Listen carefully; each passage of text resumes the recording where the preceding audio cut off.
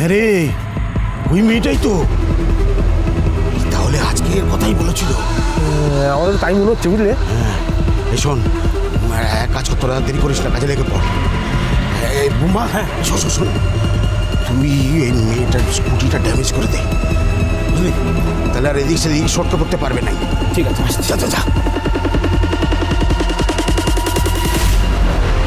এবার থেকে আপনাদের হঠাৎ করে টাকার প্রয়োজন পড়লে আর ঘরের সোনা বন্ধক রাখতে হবে না। ক্রেডিট বন্ধু আপনাদের পাশে এসে দাঁড়াবে। এই হলো আমাদের ভিজিটিং কার্ড, এতে ফোন নাম্বার দেওয়া আছে, ঠিকানাও দেওয়া আছে। ব্যবস্থা করে একটা ফোন করবেন আর আমরা চলে আসবো আপনাদের লোন দিতে, কেমন?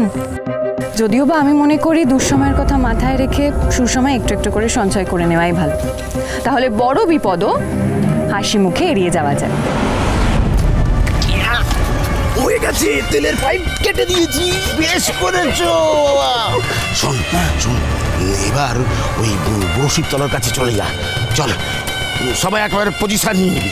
তারপর ছেলেটা চলে এলে পুরো মাখন মালা। চল।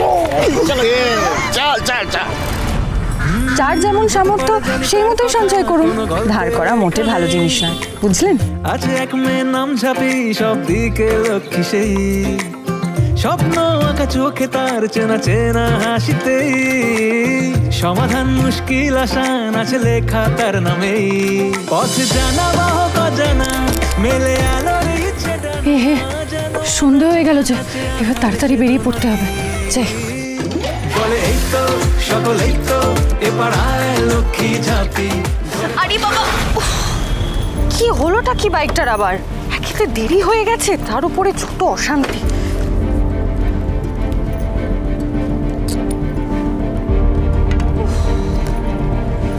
হিমা ছাড়া লক্ষ্মী,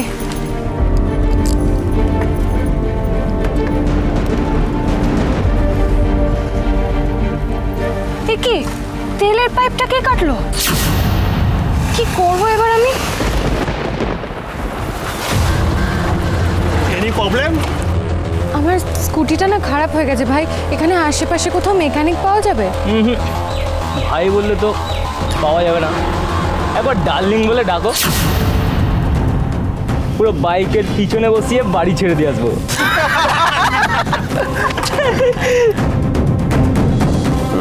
স্কিনটা দেখ না, পুরো মাখন। একবার ছুঁয়ে দেখবি নাকি ভাই? একবার টাচ করি।